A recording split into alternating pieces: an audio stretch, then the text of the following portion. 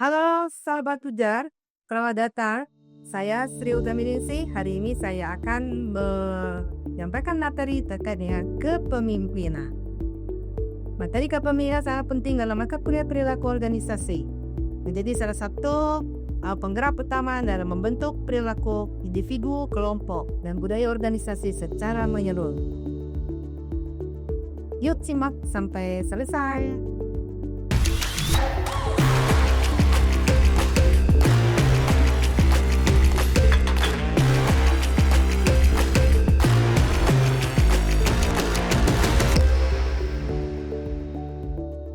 Baik Sobat Ujar, sebagai pengantar kita akan mengulas tentang kepemimpinan. Kepemimpinan dapat diartikan sebagai serangkaian perilaku yang dirancang dengan tujuan spesifik untuk mempengaruhi aktivitas anggota kelompok dalam upaya mencapai tujuan bersama, yang pada gilirannya dirancang untuk memberikan manfaat baik bagi individu maupun organisasi. Agar kepemimpinan menjadi efektif, seorang pemimpin tidak hanya harus memiliki kemampuan dan keterampilan memimpin yang memadai, tapi juga harus menentukan gaya kepemimpinan yang valid sesuai dengan situasi dan kondisi spesifik dari anggota kelompok yang dipimpinnya. Menurut Inasevic dan Mettesan tahun 2008, mengartikan kepemimpinan sebagai kemampuan untuk menggunakan pengarah dalam konteks dan situasi organisasi untuk menghasilkan dampak yang signifikan dan substansial terhadap pencapaian tujuan yang menantang. Kepemimpinan dilihat sebagai proses mempengaruhi orang lain agar bertindak dalam rangka mencapai tujuan yang telah ditentukan. Demikian pula, Robin dan Judd 2011 mendefinisikan kepemimpinan sebagai kemampuan untuk mempengaruhi suatu kelompok dalam mencapai tujuan yang telah dipetakan. Dari berbagai kisi kepemimpinan yang ada terdapat beberapa kesamaan, asumsi yang bersifat umum. Pertama, kepemimpinan melibatkan interaksi antara dua orang atau lebih dalam satu kelompok. Yang kedua, kepemimpinan mencakup proses mempengaruhi, di mana pengaruh yang digunakan oleh pemimpin terhadap bawahannya adalah pengaruh yang sengaja. Di samping itu, terdapat juga beberapa perbedaan umum dalam definisi tersebut, seperti siapa yang menggunakan pengaruh, tujuan dari upaya mempengaruhi, dan cara mempengaruhi tersebut ditetapkan. Kepemimpinan memiliki beberapa implikasi penting yang mempengaruhi dinamika organisasi. Pertama, kepemimpinan secara inherent melibatkan interaksi dengan orang lain, yaitu para karyawan atau bawahan. Para bawahan harus memiliki keinginan dan kemauan untuk menerima arahan dari pemimpin mereka. Selanjutnya, teori kepemimpinan. Dalam studi kepemimpinan, para peneliti telah mengembangkan berbagai pendekatan untuk memahami dan menguraikan bagaimana kepemimpinan yang efektif dapat dicapai. Secara umum, teori kepemimpinan dapat diuraikan sebagai berikut. Pertama, mode kontingensi Frieden.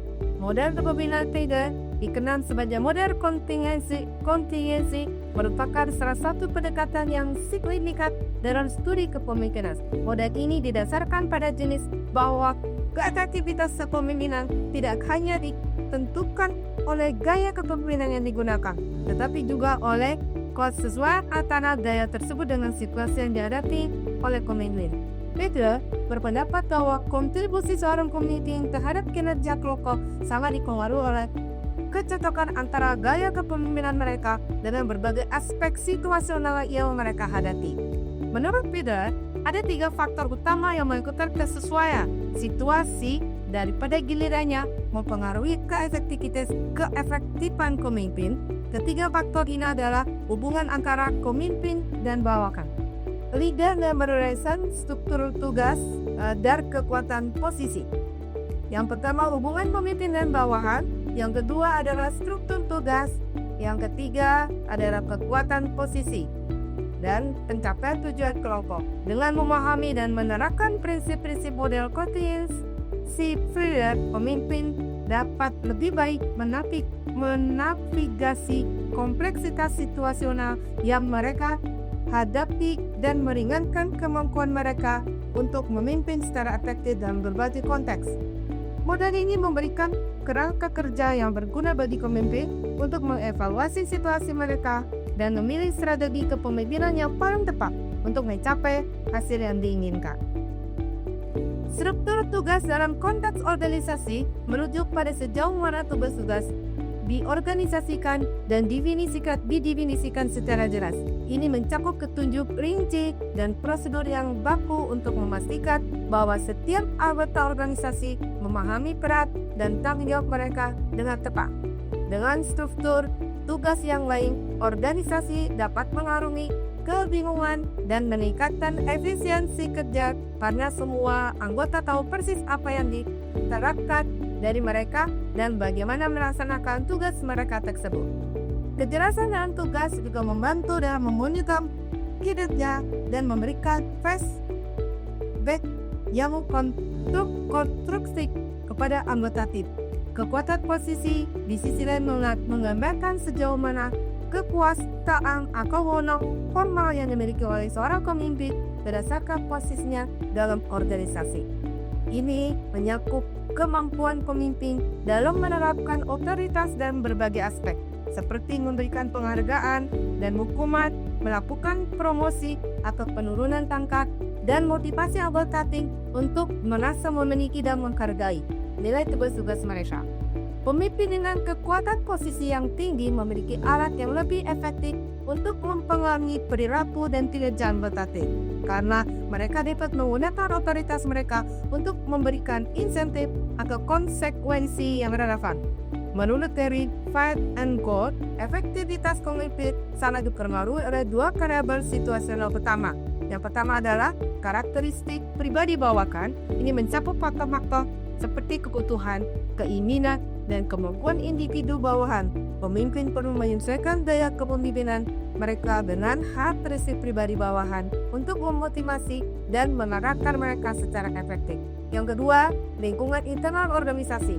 Ini mencakup aspek-aspek seperti peraturan, prosedur, dan struktur organisasi.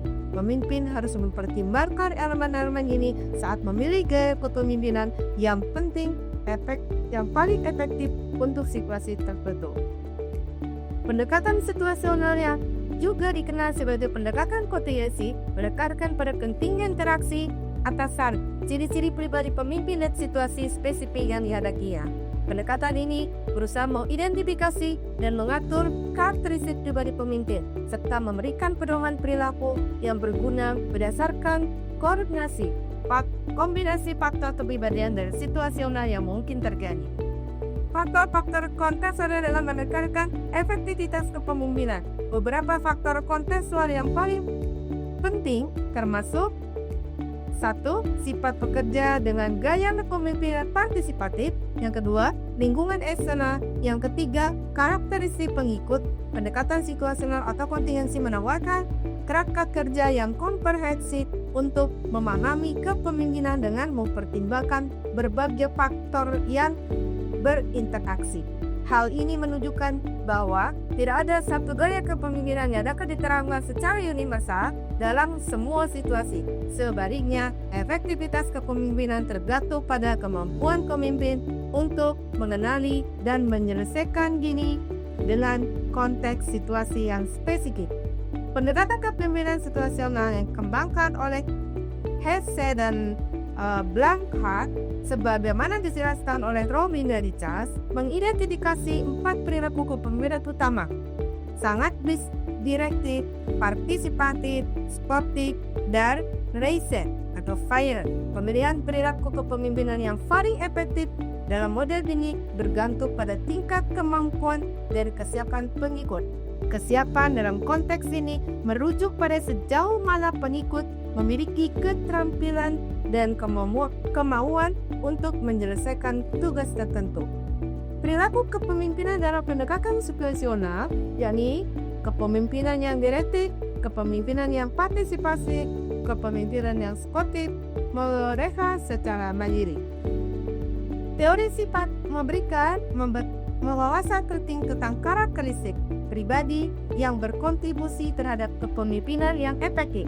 Namun, keterbatasan teori ini terletak pada asumsi bahwa sifat-sifat kepemimpinan adalah bawaan dan tidak dapat diubah, yang bertentangan dengan bukti bahwa banyak keterampilan kepemimpinan dapat dipelajari dan dikembangkan. Sahabat Ijal, selanjutnya kepemimpinan transformasional dan karismatik. Sejak tahun 1980-an, kajian manajemen telah mengalami perubahan mendasar terutama dalam bidang kepemimpinan. Kajian tentang kepemimpinan dalam manajemen ini mencakup dimensi yang sangat luas dibandingkan dengan sekedar mempengaruhi, mengarahkan, mendorong, atau mengelola individu dalam suatu organisasi atau perusahaan. Kepemimpinan modern berfokus pada dimensi perubahan dan pengembangan, meletakkan pada peran pemimpin sebagai alat perubahan yang dapat menentukan arah dan pertumbuhan organisasi di tengah dinamika lingkungan eksternal.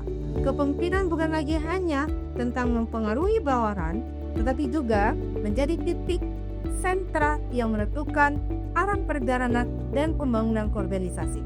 Pimpinan yang efektif mampu mengantisipasi dan merespon berbagai perubahan yang terjadi di lingkungan organisasi, memainkan peran kunci dalam navigasi dan adaptasi organisasi terhadap perubahan tersebut.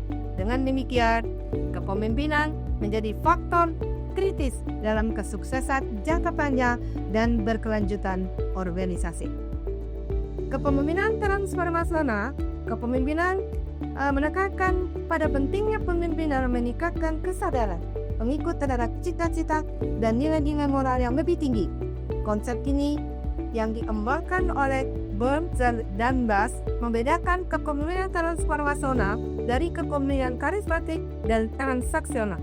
Pemimpin transformasional berusaha untuk membuat pengikut lebih pada peka terhadap nilai dan makna pekerjaan mereka, mengaktifkan kebutuhan-kebutuhan pada tingkat yang lebih tinggi, serta memotivasi mereka untuk lebih meningkatkan kepentingan organisasi daripada kepentingan pribadi. Kepemimpinan transformasional menggunakan beberapa pendekatan untuk mencapai efek transformasional. Yang pertama adalah karisma, kepemimpinan inspirasional, perhatian yang individualisasi, simulasi intelektual, efek dari kepemimpinan transformasional sangat signifikan dalam organisasi. Pengikut yang dipimpin oleh pemimpin transformasional cenderung merasakan kepercayaan dan rasa hormat yang tinggi terhadap pemimpin mereka, serta termotivasi untuk melakukan hal-hal yang melampaui ekspektasi. Kepemimpinan transformasional memiliki replikasi yang luas baik dari teori maupun praktek. Secara teoritis, konsep ini memperluas pemahaman tentang para pemimpin dalam menciptakan perubahan mendalam dan berkelanjutan dalam organisasi. Dalam konteks organisasi modern yang dinamis dan seringkali menghadapi tantangan yang kompleks, kepemimpinan transformasional menawarkan alat yang ampuh untuk menghadapi perubahan dan mendorong inovasi. Berbagai teori kepemimpinan karismatik telah berkembang dan menjelaskan bagaimana karisma mempengaruhi hubungan antara pemimpin dan pengikut. Teori kepemimpinan karismatik dan yakin dalam mencapai tujuan bersama. Yang pertama adalah dampak positif. Pemimpin karismatik dapat meningkatkan motivasi dari kerja pengikut, menciptakan visi yang menginspirasi, dan membangun komitmen yang kuat terhadap tujuan organisasi. Mereka mampu mengarahkan energi kolektif pengikut menuju perubahan positif dan mencapai tujuan jangka panjang. Dampak negatif, pemimpin karismatik juga berisiko menciptakan ketergantungan yang bergantung pada diri mereka yang bisa menghambat pengembangan ekonomi dan inisiatif pengikut. Selain itu, karisma yang berlebihan dapat mengarah pada penyalahgunaan kekuasaan dan pengambilan keputusan yang tidak rasional. Dalam konteks teoritis, kepemimpinan karismatik memperluas pemahaman tentang bagaimana atribut pribadi pemimpin dapat mempengaruhi perilaku dan motivasi pengikut.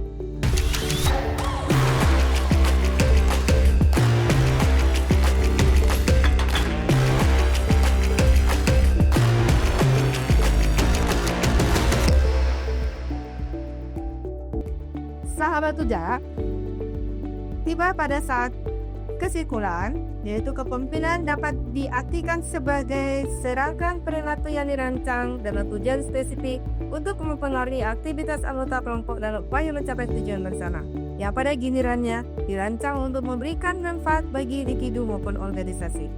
Teori kepemimpinan dalam studi kepemimpinan dapat berteliti telah mengembangkan berbagai pendekatan untuk memahami dan menguraikan bagaimana kepemimpinan yang efektif dapat dicapai secara umum.